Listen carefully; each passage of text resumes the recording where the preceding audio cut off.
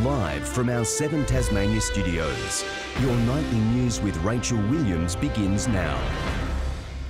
Good evening, everyone. As rain falls across the state, firefighters are warning the battle is still far from over, with spot fires now concealed in the cooler conditions. Air crews are using thermal imaging to pick out the isolated blazes, which threaten to spread when hot weather returns. This has been a daily reality in Tasmania for weeks on end. Now fatigued firefighters in the Central Highlands have a new foe. Heavy frosts, sleet and snow forecast for the next few days.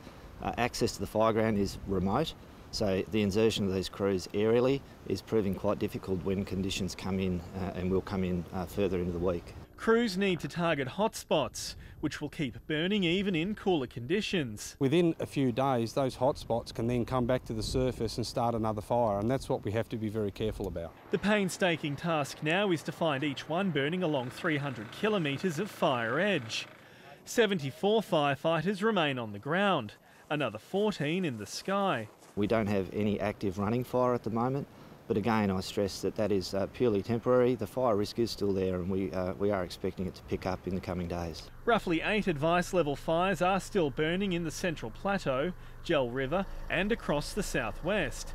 The state government hopes to have a damage bill in the coming weeks as it seeks disaster assistance from the Commonwealth. Obviously this is a costly exercise, but the National Disaster Relief Arrangements have been initiated. We'll work through with the Commonwealth to ensure that Tasmania receives every dollar that it should, and the Commonwealth have indicated that they are prepared to stand behind the state as well. Sean McComish, 7 Tasmania News.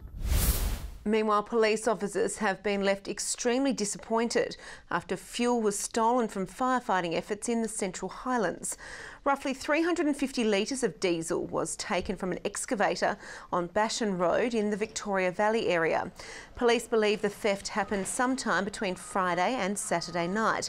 Anyone with information should contact Tasmania Police. Georgetown is making its bid to lure more visitors off the Tamar Tourist Trail and into the township. The state government and council today launching the action plan while climbing aboard some new play equipment. Georgetown is one of the best kept secrets in the state. The Destination Action Plan will help us lift the curtain on that and provide more opportunity to the businesses and the people that live here. The wine routes, fantastic natural attractions, beaches, penguins, great play spaces like we have here today. There's so much to see and do, and I think it really is undiscovered part of the world. Building a new mountain bike park at Mount George is among one of the top priorities in the plan. The Coalition has pitched in $100,000 to help bring La Trobe's Perkins Park up to scratch. The grounds are in need of a revamp, with growing numbers of women taking up football and cricket. Women's sport has grown astronomically over the last 3 to 4 years, about 8% growth in soccer, and it's about the same figures in cricket and Australian rules football. And we need to be able to keep up with that growth. Even for training during the week, we'll come over here every now and then to use the ground, and just having it upgraded will be really, really helpful. The cash will go towards new lighting facilities, nets, goalposts and a playing surface. It was all action at Elwick Racecourse today, with around 7,000 people enjoying racing festivities at this year's Hobart Cup. While many enjoyed a flutter, the fashions on the field proved again to be a popular drawcard. Drinking champagne while watching the horses bolt to the finish. The field alive with racing fever as these punters enjoy the traditions of Cup Day. Being with the boys, having a few beers together, a few punts, hopefully a few wins. I'm not really a big bettor, but more the fashions on the field and just the atmosphere and just the overall good day, hanging out with your girlfriends. Just a day out on the green, you know, in the grass and see the horses, and then you get to dress up and it's heaps of fun. Thousands flooding into Hobart's iconic racetrack to take part in the colourful event. I think Cup Days have been a traditional day for Hobartians to get out and celebrate getting dressed up. And it's just fantastic that we've got a really good turnout. We did have a period of time there it did drop off, but we've been able to reignite things, and I think, you know, the tradition continues. The latest trendsetters strutting down the catwalk to share their take on Cup fashion. It's inspired the outfit today? So I had a completely different outfit already planned out, and I just went, nope, I don't like it. I went, what have I got? Right, jumpsuit. Let's grab all my accessories and put it together, and voila. Some are here for the racing, others for the glamour, but most are here to check out tonight's main act, singing his fittingly titled smash hit. Aussie icon. Yeah, the wild horses, you know. Oh, I reckon we'll be riding the horses home later on this afternoon, yeah. Ruby COMMANE, 7 Tasmanian News. This year's Party in the Paddock Music Festival has wrapped up, with organisers praising partygoers. Roughly 7,500 people made their way to White Hills for the sold-out event. This year's festival was also the largest in its 7-year history. Police encountered a handful of minor drug matters yesterday, but no major incidents were reported. The second last day of the Wooden Boat Festival has wrapped up, with Hobart's Wharf once again flooded with seafaring activities. Some old vessels racing along the city's waterfront, while a group of children have been building their own boats ready to set sail. Putting the final touches on this homemade vessel, getting a bit messy while adding another coat of paint. Yes, we've got very messy, and we've tried to scrub stuff off, but it doesn't really work.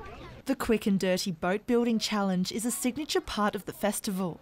These kids have built their own ships by hand, ready to take to sea. They built their boats yesterday afternoon in 3 hours. Today they're painting them because they're skinned over with calico.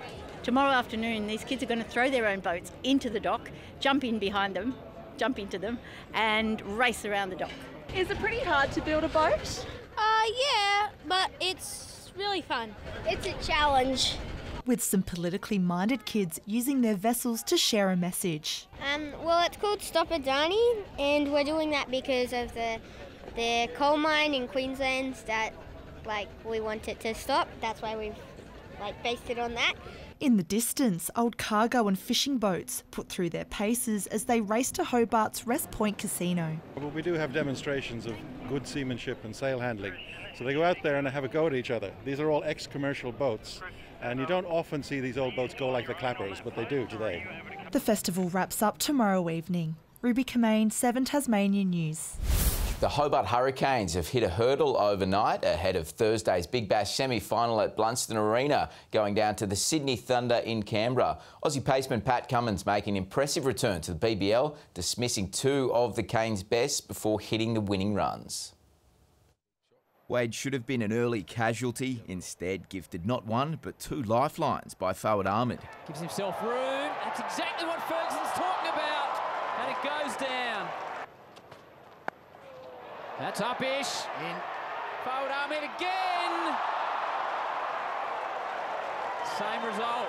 Short loomed as an early threat to Sydney's attack before Cummins, in his first game back for the Thunder in 2 years, found his rhythm. Bowled him!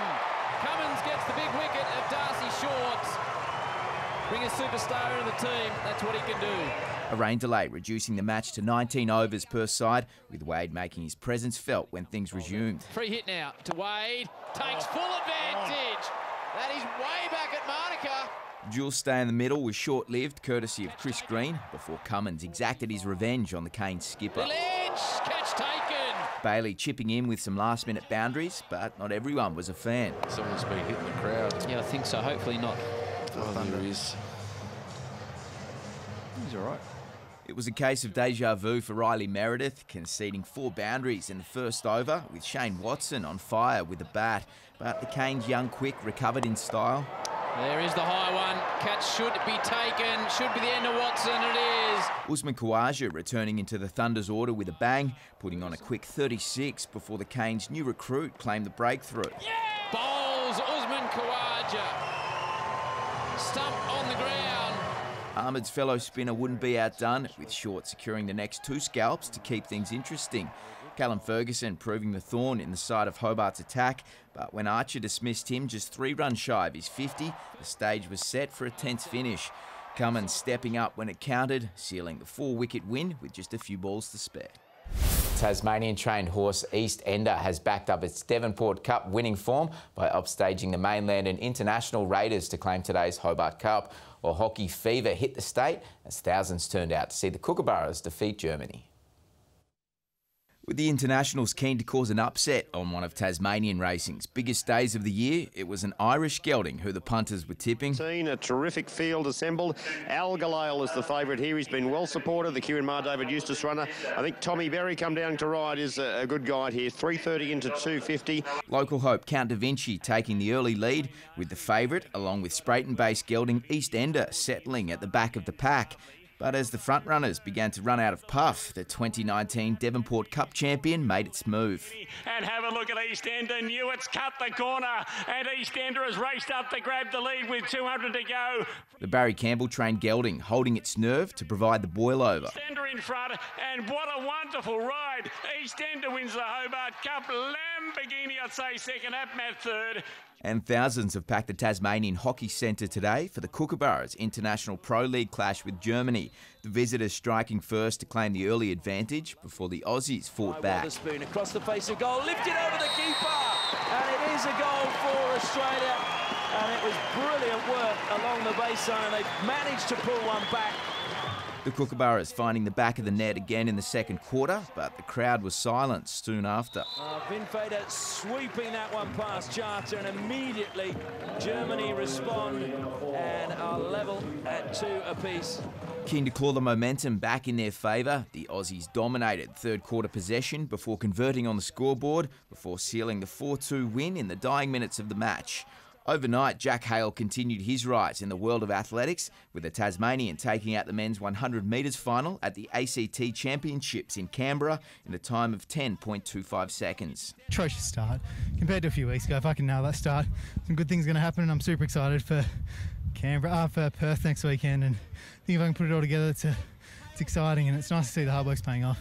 A successful night for fellow Tasmanian Amy Cure also, finishing up in third place after the final night of competition in the Melbourne round of 6-day racing, with Macy Stewart and Georgia Baker just behind her in 4th and 5th. Good evening. Minimum temperatures were generally 1 to 5 degrees below average overnight.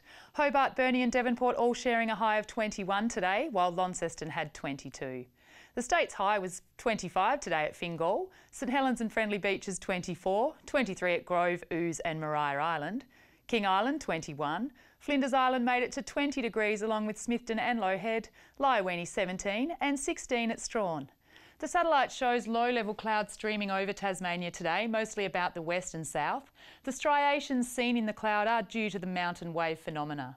The monsoon trough extends from the Coral Reef through Cape York Peninsula, and this continues to produce rain, isolated thunderstorms and showers across much of the area. Tomorrow we can see a couple of cold fronts over the southern waters approaching Tasmania. The mainland is mostly under the influence of a broad trough. To coastal waters and northwest to northerly winds 15 to 25 knots, reaching 30 knots about the southwest and upper east. Seas 1 to 2 metres, rising to 3 metres about the west and offshore in the east during the evening.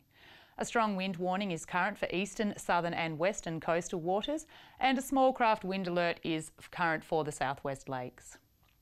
Showers down south tomorrow, Hobart and Dover 23, 25 at Ouse. Showers also in the north of the state with 21 for Launceston, Devonport and Scottsdale. The showers continue in the west with 20 degrees for Burnie and both Strawn and Stanley 21. A look to the east now and a possible shower for St Helens 23, Swansea 25, partly cloudy there, and showers at Ross 23 degrees. The UV is 9 and 10s, which is very high. Moving ahead to Tuesday, showers across the state, contracting later in the day to the west, far south and Bass Strait Islands. Mainly fine across most of the state on Wednesday, apart from showers about the west, far south and the islands, and similar conditions for Thursday. And the mainland temperatures are mostly dry, apart from a possible shower for Cairns. Currently in Hobart, it is 23 and mostly cloudy, Launceston 21, mostly cloudy, and Devonport 19 and cloudy. And Rachel, you'd better pack the umbrella if you're heading out tomorrow. Yes, no doubt it will rain at school pickup and drop off. Thanks for that, Carmen. Well, that's all your news for now. Thanks for joining us. Good night.